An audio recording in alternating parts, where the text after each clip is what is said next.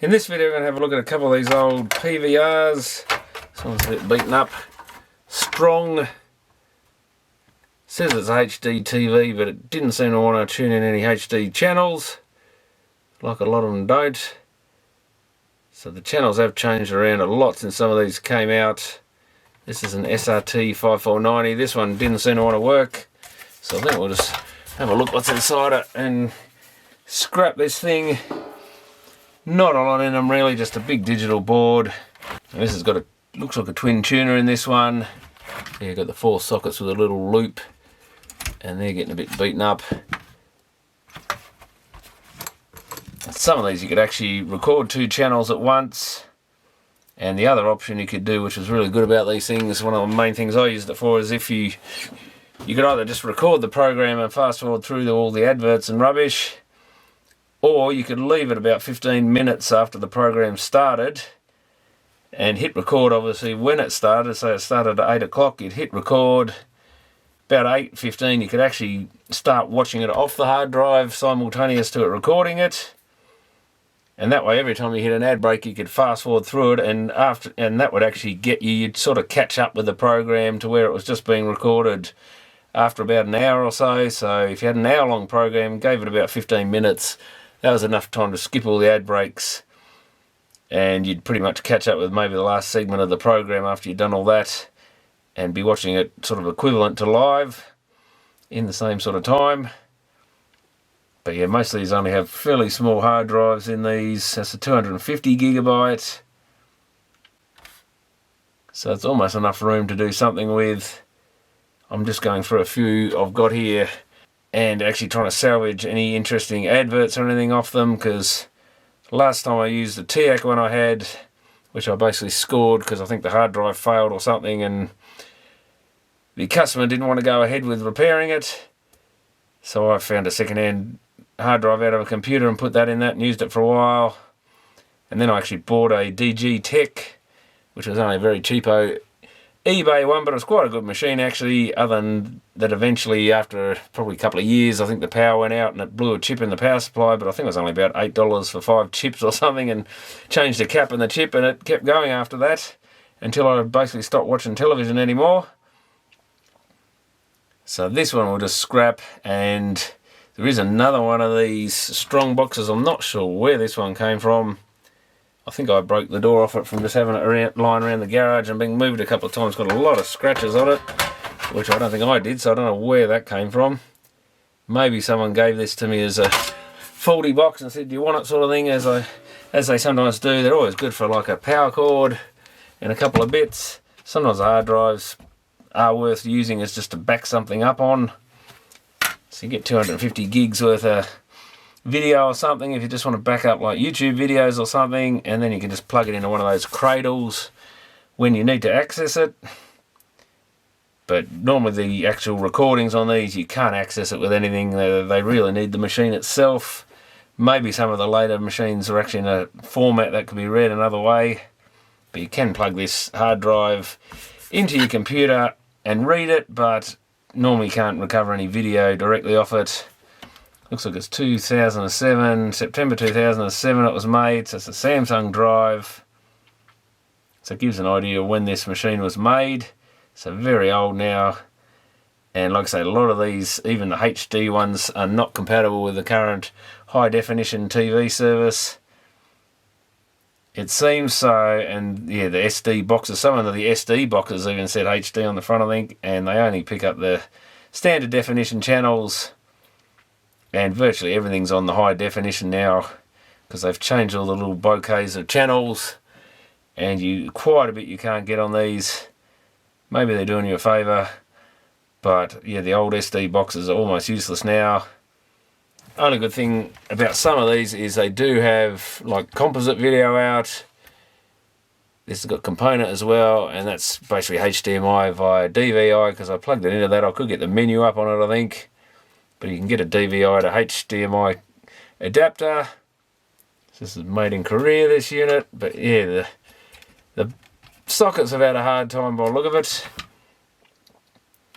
I think I might save the power supply for parts, the power cord, And maybe the power switch is even worth saving. This is quite good because you can actually change the power cord if you had another one the same. Anyway, without any soldering, but that's a 3-core cord, so that's worth saving. Got the modern plug on it. And yeah, those switches used to be handy in computers and stuff. Just press a couple of clips and out they come usually. If you can get to the bottom one.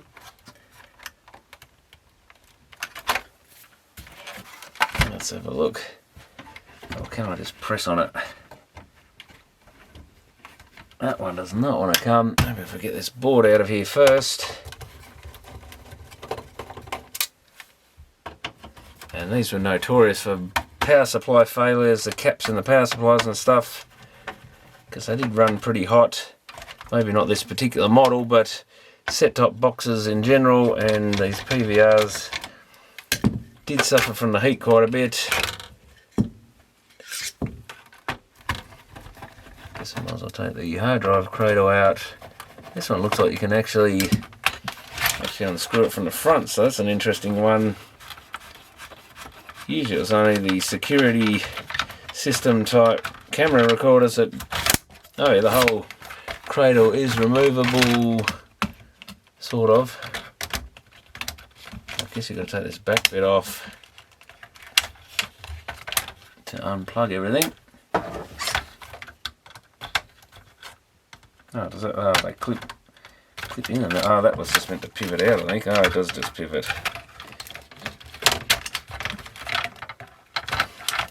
Only problem with this one is it's an IDE drive, not a SATA, but that doesn't matter too much. You can still access that with a computer cradle,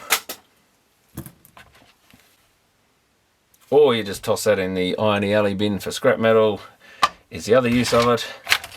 There's another screw there.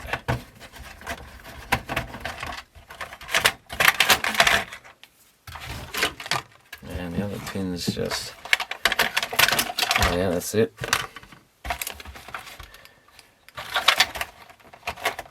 So an IDE cable, probably only good for scrap metal as well these days.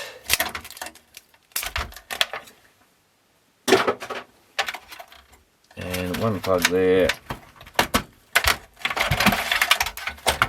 And we've got our power supply board. It's only an 82 microfarad capacitor. Probably a handy little FET there. Tiny little bridge rectifier, fuse, they can be handy occasionally, and a few secondary caps, nice small ones which can be handy for getting something just going quickly. This doesn't look like it ran too hot, so this is probably a pretty good one. Might actually have some bits worth pinching out of that, at least just to get something going. I think we'll just leave the front on the thing, and maybe this board can come out and go in the e-waste, and then I'll just toss the rest in the scrap steel, I think. I guess we can have a look and see what's on the front panel. And probably a few butt screws on the back like they usually have. It feels like there's something I'm missing. There it is, hiding under the cable. There's always more screws in these things.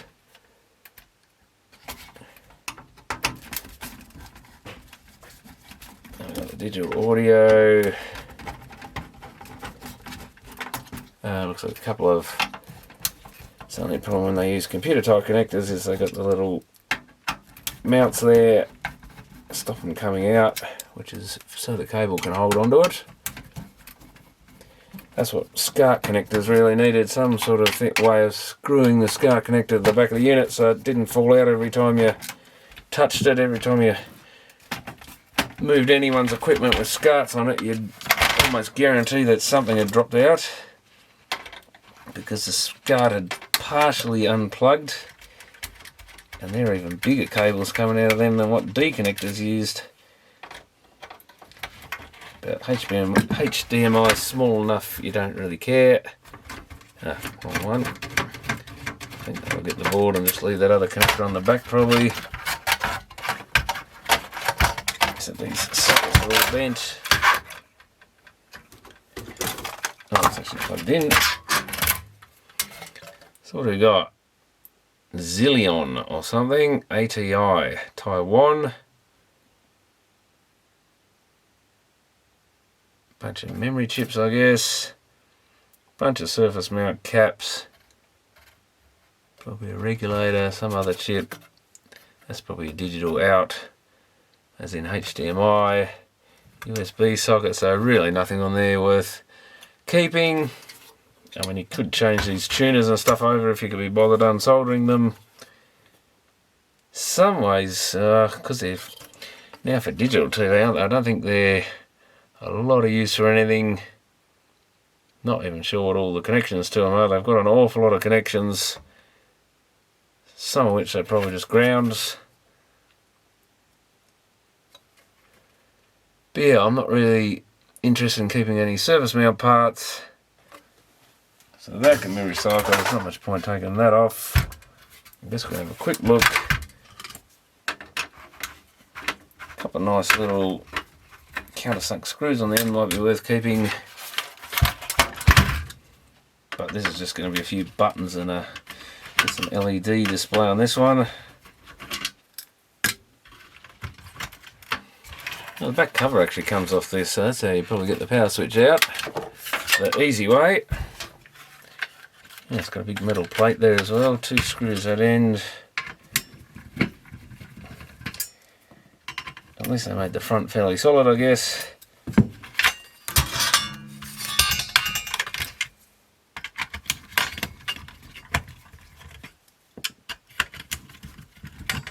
It looks like it was made for a card slot or something there. Well, it's got the bits there too, hasn't it? So, don't know whether that was a set-top box, maybe it was a satellite box as well or something. So I've got a useful little infrared receiver there potentially. Switches are so cheap off eBay now, it's not even worth unsoldering those for any reason. That could possibly be recycled. 2 red LEDs and a little display.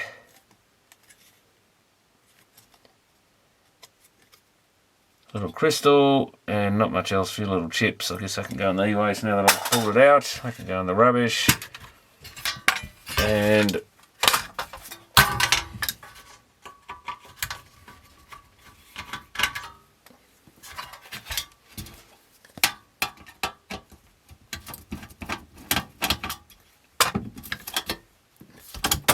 yeah, just unpops.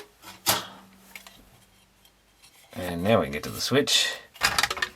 Now I can push that tab and that tab, and that should come out. Not really worth keeping. I think I've got a few of these switches, but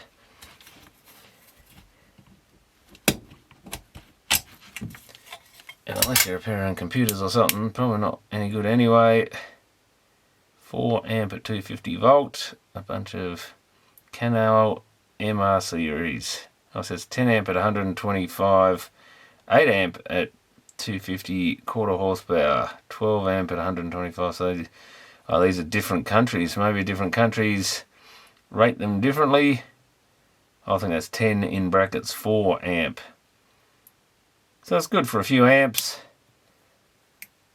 Somewhere between 8 and 10 amps at 240.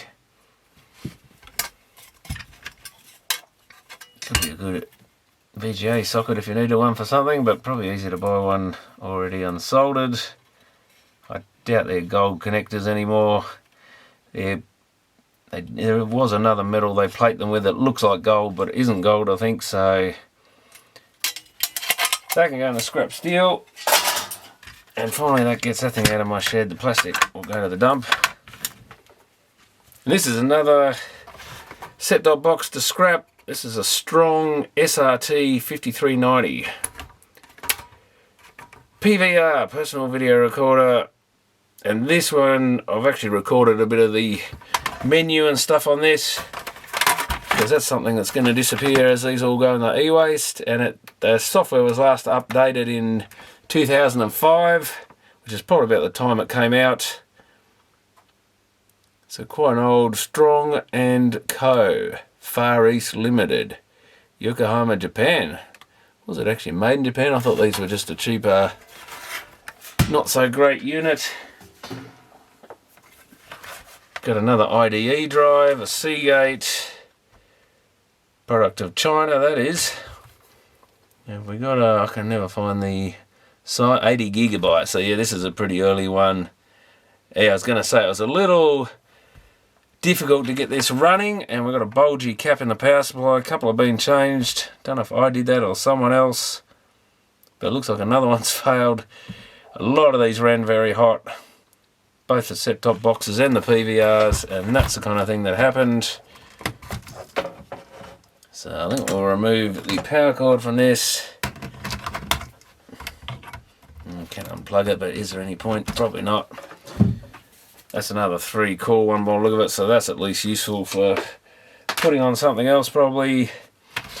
Hard drive is basically scrap metal. This had a few old programs on it, so I saved them, or saved the ad breaks out of it anyway. I think, was this the one with the old, I think it had the SBS, what's that, American PBS News. And there was a few ad breaks, station IDs and that sort of thing. And I tend to save them. I've gone through like about 200 beta tapes and 50 odd VHS tapes I bought off a lady that I got some old TVs off. And now I've started getting onto these things and saving those sort of bits and pieces, because the programs are still out there, a lot of them, and a lot of that's all copyright, but the adverts, station IDs, that sort of thing, they're not even on the internet, even though this was well into the mainstream internet period. So it's good to save them. I have another channel called the Tasmanian History Channel, which I was going to do some other stuff with, but it's ended up having a couple of thousand adverts or something on it. The Beta machine went back to, I think, 1982, and then there was some VHS I got off another friend that I'm transferring across on a hard drive for them so they can watch them on the computer. They go back there from 1984 and onwards. And then these other VHS tapes I got, were most of them end up being quite late. I missed most of the 90s, unfortunately. Some of the beta tapes went into about 92, I think. And then these VHS, I forget, so I think there was a couple of bits of 96 maybe, some 98, but most of it was into the early 2000s. And then the lady gave me a box of DVDs, but there weren't any ads that I could see. I sort of went through and checked a few, obviously been done in a DVD recorder, but they're all sort of edited neatly, so I've thrown them out. But then I remembered I had these old PVRs. I thought there might be something on those, and my old one that I scored, an old TX, that had quite a lot of stuff on it. It's taken ages to get all the bits off that. This only had one thing on it. The other one I couldn't fire up. I do have even a second one that I was using. I've got my dad's old one, and I've got that Panasonic that I fixed, that Blu-ray PVR combo thing. And that's been, besides the odd drop out here and there, been running fine. That's got some COVID era stuff on it, so that might be worth saving. Some of the ads and stuff, but it is kind of good to save this stuff, because a lot of these are just going to go in the e-waste. If they're not running it, I don't think you can access the stuff straight off these drives usually. Not like an old computer drive where you can plug it into your computer and read the files in window format, or FAT32 or whatever that format is. These, I think, often have specific format they record in that's only good for the machine. A lot of them didn't even have the ability to get stuff off the machine. Some of them have a USB connection. I don't think this one even has a USB connection, nothing. So you basically need to fix them, get them running, and save whatever's on them. And I think it's even kind of worth saving the menu systems and all that sort of stuff, just as a bit of history, since most of these will soon be all scrapped. These ones that have just been lying around, and I've just never got around to doing anything with them. They've been stuck in the garage, and now that I'm tidying up a bit, I've came across the pile of them. So I thought, that's it, time to get rid of them, get anything off them. So this one I think is pretty much scrap metal, not much else. I'll save the power supply again, because there are some useful bits in that. I'm finding that I need the odd, high voltage cap. Some of these have been replaced, whether they're good. These are the Wagner TKRs, I think. Jamicons. That's what you'd normally get, those ones with the blue labels on them when you ordered TKR series from Wagner. Then they come out with the EXR series, which is the low, the high ripple switch mode type design. These, supposedly weren't so good. It's got TK on it. Weren't so good for high ripple in power supplies, but they did the job. Neither of them were the greatest capacitors. If you had real heat issues and stuff, you really needed to mount those Wagner ones under the board and some of the TVs and stuff. But I'm not sure anything would have survived some of those Chinese TVs because they ran extremely hot. Is that a plug or not a plug? It is a plug, yeah, there it goes. So I'll keep that. I mean, that cap may be mounted up high because it wouldn't fit any better in there, but that's the sort of thing. Sometimes I used to mount some of these up off the board to get them out of the worst of the heat between like diodes and transistors. It's just a poor design, jamming them all in there like that. Just asking for an affair, and of course they run 24/7, these things, at a reasonable temperature. So that's why a lot of them didn't last that well. And these would have been quite expensive back then to get this. It's only a standard definition one, but getting anything with these hard drives in them was quite expensive, and they gradually came down. And of course you have the ones you can just put a flash drive into. That saved a bit of cost, but these hard drive ones were good for, like I say, time shifting and just recording stuff. Certainly useful for getting rid of the ads. So it was all the ads that I used to try and avoid. I'm now actually saving some of them, especially because some of them are like, the stuff I've got is unique to Tasmania, and I actually suspect this later era, I really don't care about it because I sort of stopped watching most TV. Looks like one of those set-top boxes had 2011 stuff on it, and then I upgraded to another, just a cheapo off eBay. But it was quite a good box for the price, and I think that might go as late as 2015, so I was probably still watching television later than I thought. I thought I'd quit it by then, at least watching some stuff.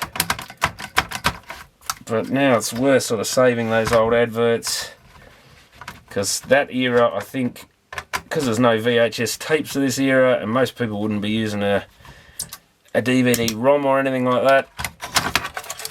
They didn't make DVD recorders you could use.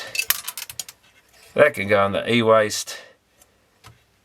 I just took a load to the tip today, and that can go in the next lot. Nothing really worth saving there. Maybe these people that scrap this sort of stuff would go, oh, it's a, I don't know, mid-grade board, low-grade board. I don't really care. It's a throw it away as far as I'm concerned. Yeah, certainly if you've got tons of these things, it'd be worth saving them, but I see so few of them. I'm not going to go into scrapping them for more than parts and just for the interest of it. It's always kind of fun to pull things to bits and see what they're made out of. Though I have worked on some of these and repaired them when they were still worth something, so they're not a complete mystery, and they're rather boring inside this newer stuff. It's not like there's anything much at component level you can save besides the power supply. What do we got here? Is this a big lump of foam? Does that come out somehow? What have they done here? That's not exactly the way to do it. They've glued it on in the middle by look at it. So I guess I could just throw that drive. I probably should just throw it. Actually, why don't I? We'll just throw that in the irony alley bin, I think, as is. That's really only good for Yunsung, something like that. Only good for scrap wire. Yeah, there's no point really worrying about that. Or now I've pulled that off, we'll throw that in the rubbish. But no, I don't think a Seagate 80 gig U Series 9 is that worth anything. So that can go in the scrap. These bits can just stay in here, I think. What have we got here? A loose bit of rubbish. And at least I'm getting a few screws, because I did get rid of most of my screw collection. So I think I'll pinch just about all the screws out of these things. Second to take the back off. I'll leave that screw in then. Let's take the front off. Only going to be rubbish in there, I think, but let's have a look anyway. I've got a couple of black screws. I might steal them actually, because the black ones are the most useful ones, and silver ones, followed by your bog standard gold looking ones for internal use. And And is this ready to go on the clip? Well, there's the clip. Well, at least I don't have to worry about that. That can go in the scrap steel.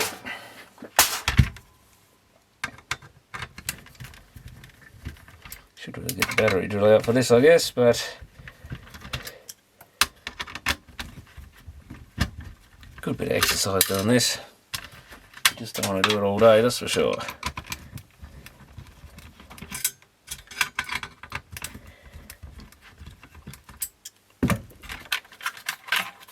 Okay, another bit of steel.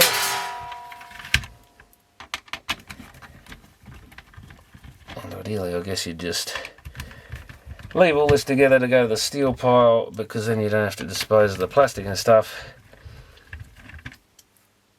And they'll happily take plastic and stuff attached to things, but God knows what happens to it all when they do. Chuck that away. Oh, that's right, it did have 3 colour LEDs, because they would come on and then it would shut down eventually. When it warmed up a bit, it would get going. I don't think that's just, I'm not even sure what that is. I think that is actual copper strips in that. It's got aluminium all over it, so it's probably better in the e-waste. Few buttons, nice little display, but pretty useless. Remote sensor with nice long leads. Almost tempting. I guess what we can do with that is, because it's just stuck to that little bit of rubbery stuff. My God, is it stuck here? Oh no, I wrecked it. Oh no, it's just taken the cover off. Look at that, unfolded it. But that's easy to go. And we've got an infrared sensor. Way back, you did replace the occasional infrared sensor when they're in a bigger sort of square box. Pretty rare. I think we had a TV once that was intermittently, like, locking out, all the controls wouldn't work, and one of these was putting out intermittent just rubbish would come out of the chip, even when there was no infrared, and that would shut the microprocessor down, sort of lock it out of accepting buttons and stuff. And the Philips, I think it was the 2B, the big stereo flattish screen TVs, they were common for the receiver dying in them. And there might have been another Philips model. Don't know what Philips were doing with their stuff, but it's a nice orange coloured LED. I might nick that. Can't help stealing a few LEDs off things still, even though I've got millions of the things. It seems a shame to chuck them out. There you go, I've got 3 LEDs. Old school ones, there's a little cap in there. And that can go in the e-waste with that. So that's pretty much the end of that. The remote probably should just go in the e-waste. Oh, I forgot the batteries are still in there, which is a good thing I remember, because I've got to I've got to digitise the menu off the TIAC one I've got, and that'll be getting scrapped as well, I think. Even though it works fairly well, that one always locked up from time to time if you just left it plugged in. A few of these set-top boxes used to, if the digital signal dropped out, the whole box would lock up. Really weird, but just the reception was faulty and the whole computer in there would lock itself up and go silly. Well, this one thing might be worth saving out of these, which again I need to get a stock of again, is these battery terminals, because you can often swap them between different remotes. This one's gone, that's right, did I put that tape on there?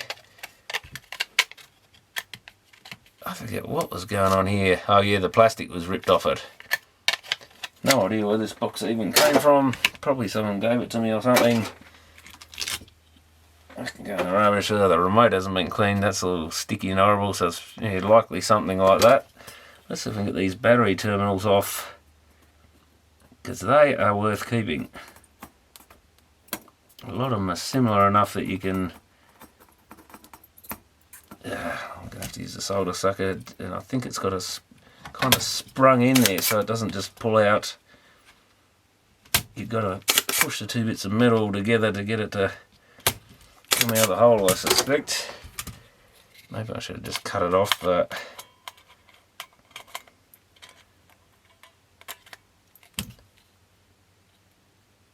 no, that really, for some reason, doesn't want to work. Let's squeeze it this side here, that's it. There goes that one. Yeah, they're definitely sprung in there.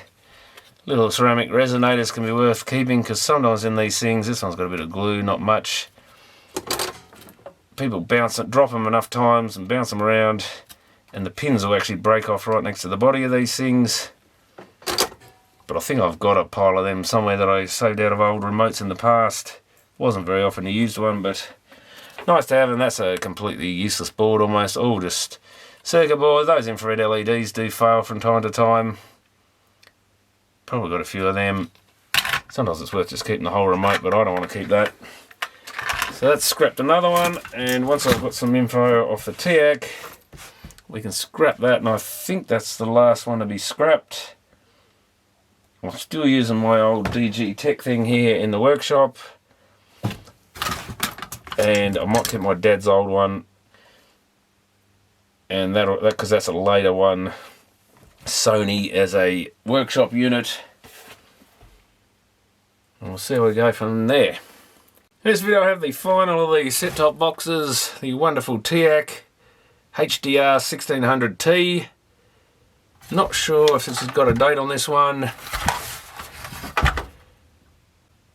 but I think I got hold of this somewhere around 2007 or something. From memory, the hard drive had died in it. It's actually at a place I was working at the time, and it was one of the jobs I got to repair, and they didn't want to spend the money on putting a new hard drive in it. So I ended up scoring it because we're basically told to throw it away. And if I'm correct, then I just found a second-hand hard drive out of something and put it in their old computer hard drive. So we'll see if that's the case. And wasn't too bad a unit, but it would lock up from time to time, just randomly crash, and I forget something weird came up on the display or something, and it would just lock up and you had to unplug it, plug it back in. Some of these set-top boxes would actually do that just from a bad signal. I think the other one I got here, the DG Tech, which was a cheapo eBay thing, that used to do that just when you got a bad signal, and I have seen other ones do it, but I think this one just used to lock up for some other reason, and it would just crash. And I get a feeling there may have been some other niggling problem with it, but it was free, so I shouldn't complain too much. But time has come to get rid of it, even though it's still basically working. And I can't remember, was this a proper HD box? I think it actually was. I think this still actually gets HD channels, but I've got another one now, so I've actually got two of them still. I've got the old DG Tech and my dad's old Sony. So I think we'll just get rid of this thing. It's been sitting there for years and I haven't used it. So I might as well scrap this out with the other ones and see what we can salvage from the thing, and then the rest can go in the scrap metal. But yeah, it'd be interesting to see if that drive looks like it's been changed. I don't think this was an IDE drive, unless it should be the other type, which for some reason I can't think of the name of them, the one with the two flat connectors. But yeah, I think other than that, this thing just went for quite a few years, no problem. So it's a Maxtor drive, which is probably unlikely to have been the original one. Bit of dust there. Manufactured date, 23rd of Feb 2006, so it's from that era. Is that 160 meg or something? Can't remember what the original drive in it was meant to be. 160, sorry, gig SATA, that's the term I'm looking for. SATA drive, 160, that might have been around the size. Does it tell you anywhere? Well, it's a HDR 1600, so it probably was 160. Maybe I found one of the right size. Yeah, not looking so pretty in the power supply. Bit of brown glue in there, that possibly going conductive, and a bit rusted, so it's been sitting in the garage for quite a few years now. I think the last time this was used was 2011. There was some recordings on it, so I managed to save a few old adverts and promos, the station IDs and stuff off it. So it's just lucky that I never got around to doing anything with these things, because at least that was something useful that were on it, and we managed to save a few bits and pieces, because this era is going to be hard to find anything from in the future, because like I think I said on one of the other videos, I don't think you can read these drives. Even though you can plug them into a computer docking station, you cannot get the data off them, because it's not just in MPEG or whatever format, WMVs or whatever, it's in something that only these machines themselves can read usually. I don't think there's even a way of getting stuff off them on USB, which was a pain. So I've got a SATA cable there. I wonder if that's of any value in the world. Oh yeah, so we've got yeah, it could actually be handy, so we've just got the power going into one part and probably the serial data on the other, but whether that connector's standard amp for null connector, it looks like it's the same type of design. I guess that could be handy for something. I'll hang on to that. Can go in the cable bin or something. Oh, it's one plug. Oh, actually you can see the power supply's had some work as well, not surprisingly. I'm not sure if I had to do that later on or whether that had already been done when I got it. But like I said, caps failing in these was pretty common. Some of it might have been from that capacitor plague era still. I'm not sure I've got a date anywhere to say when this was made, but you can assume it was a few years old by the time I ended up with it. So I guess earlier 2000s. If it's a HD one, I can't remember what year the HD channel started coming out. They don't look like caps I would have put in there, but maybe. What's this brown branded thing? A Lelon or something? And 1000 mic, 35 volt. M, is that Matsushita or something? Yeah, there's some EXR caps in here, or at least one. Like a Wagner Blue. I'm not sure that it even is an EXR. That might be something else. That one's probably been changed. That little one, these two big ones. Pretty common, that little one there I think's been changed. Can't remember if I did that or somebody else. But I think I'll hang on to these power supplies because occasionally it's worth pinching something out of that. Looks like it's actually got a chip in there. It's a 5-pin TO220 case. We've got a 68 microfarad cap. Obviously be careful of those if you plug this thing in any time recently. Optocoupler feedback. Yeah, a bunch of high-speed diodes. There's quite a bit on the secondary side. Is that a regulator of some sort? No idea what that is. A 40 TO3 or something. You'd assume it's a reg, but that can go in my collection of scrap circuit boards to pinch parts out of. I've got a double pole switch there. Power cords. Oh, I don't know. These actually spade connectors by the look of it. That I think soldered on. I might even save that switch. Handy cord for something. It's got the modern extended insulation on the pins, so not sure when they came in, somewhere around 2000 I think.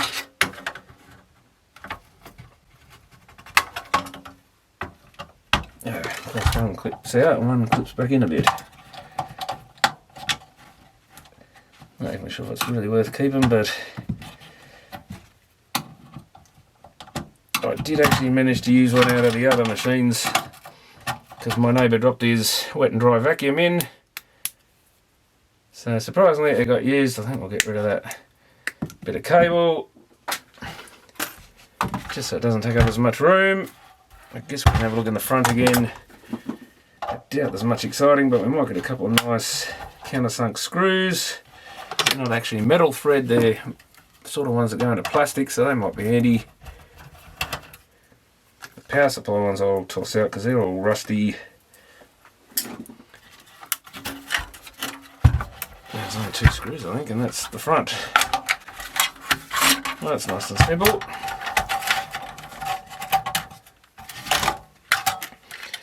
What do we got? Nothing interesting probably, but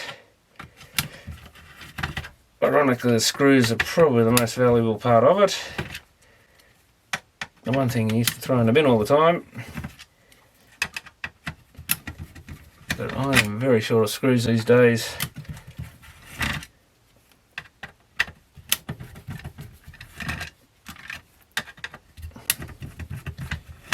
It's got plenty in there, which is good actually, because it means the board can't move around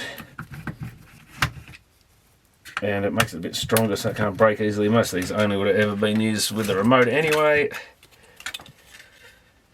And there we have it, same thing as the other ones I think. So this has got a 74HC164, so if you needed a TTL chip, a bunch of little buttons and a bit of wire we might as well try and recycle. And the rest can go in the e-waste with the main board. The front can go to the tip.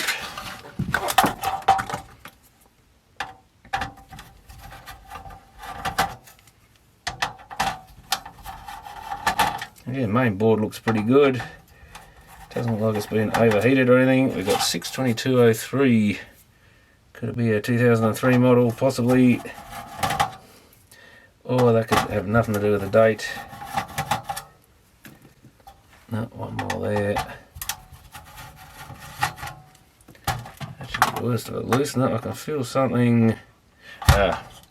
Be that metal stand if it's loose enough to undo by hand.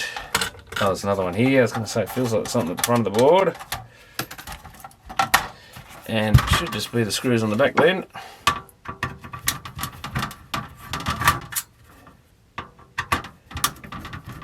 Interesting, they're calling it the component output DTV for some reason, but I guess that's the input on your amp you probably want to plug it into, if it has one. How does this come out?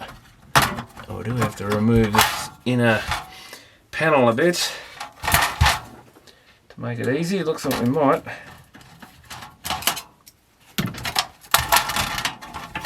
There we go. Some plastic feet. Looks like those microwave style ones where you push the pin down. Oh, it's actually the whole thing. And then that bit should pop out. It might be worth keeping a couple of those for something. If I find one missing on something. Yeah, that bit's kind of not well attached.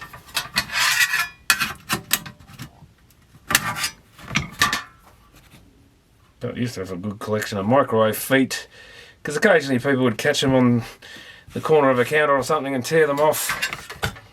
Always handy to have a spare one if someone needed one, or if you've got a second-hand oven without one. But that's the steel. That can go in the recycling. Shorter tuners in this one, a bit more standard. And yeah, I doubt anything on here is worth keeping. What have we got, an STI or ST Electronics? Something or other. Is that a Hynix? Looks like a couple of memory chips and probably a couple more memory chips. That's looking more like a HDMI thing or something. And a couple other chips here. Some of these blue caps are original, but look at this thing's full of them. Yeah, I didn't think they quite looked like the Wagner ones. June ZL. Or Junzel or something. Don't know what they are, but they obviously lasted alright on the main board. Out of the heat a bit more.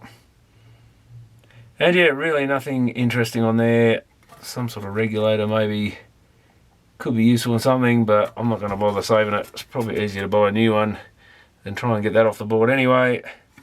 We've got our little optical output, still got a thing, Toslink thing. Is it Toslink or Toshlink, one or the other?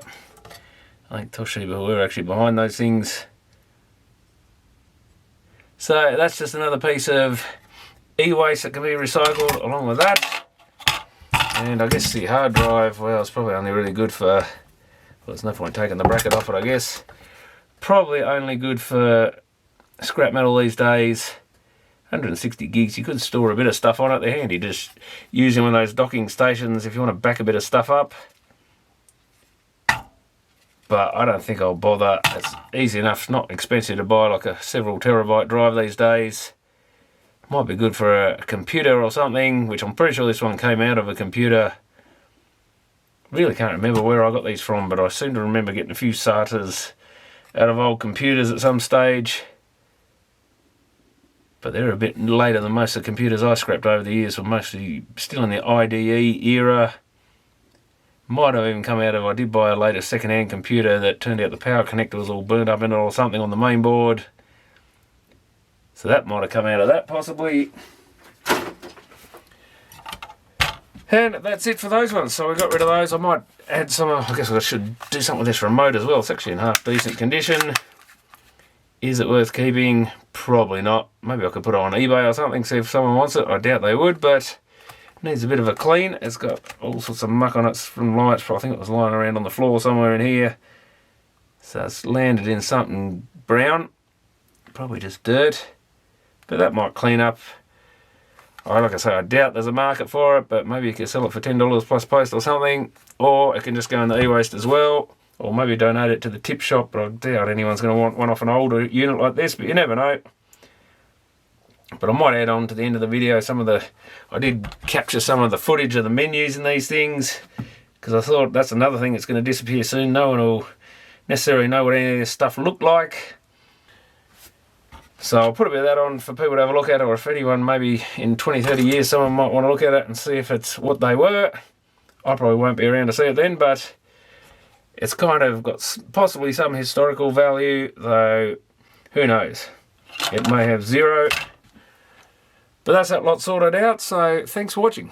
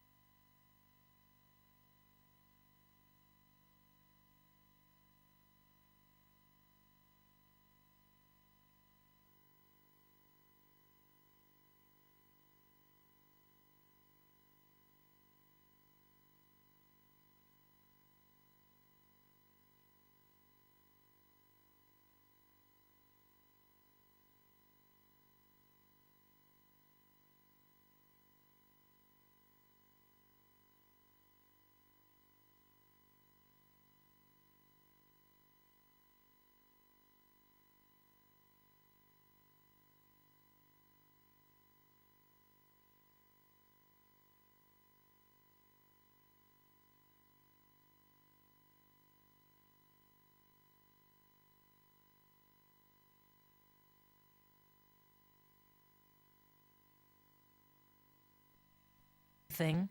How can someone disguise the truth like that? How can you lie to your own parents? So anlügen.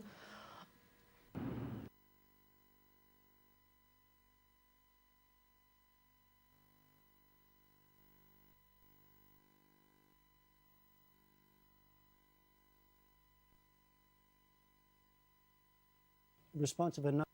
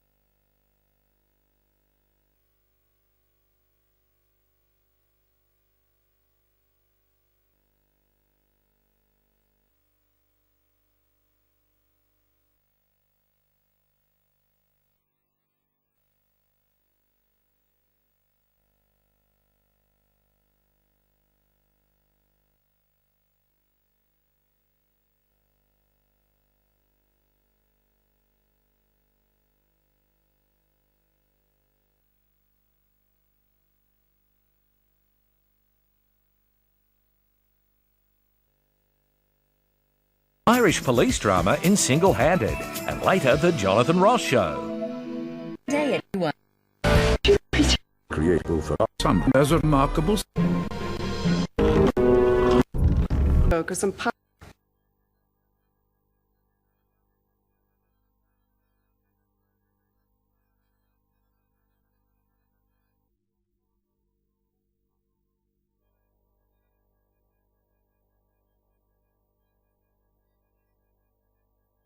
We've heard here tonight, David, of how difficult it is for especially young men in situations to walk away, to laugh it off, to say, I'm not going to get involved. How do you change their... Not back doors. Wreaking across the United States. no assault. At 10:30, state.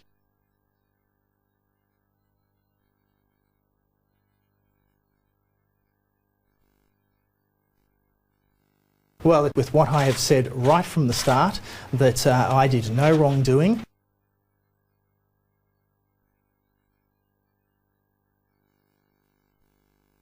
Modern. Explore more Wednesday from 7:30.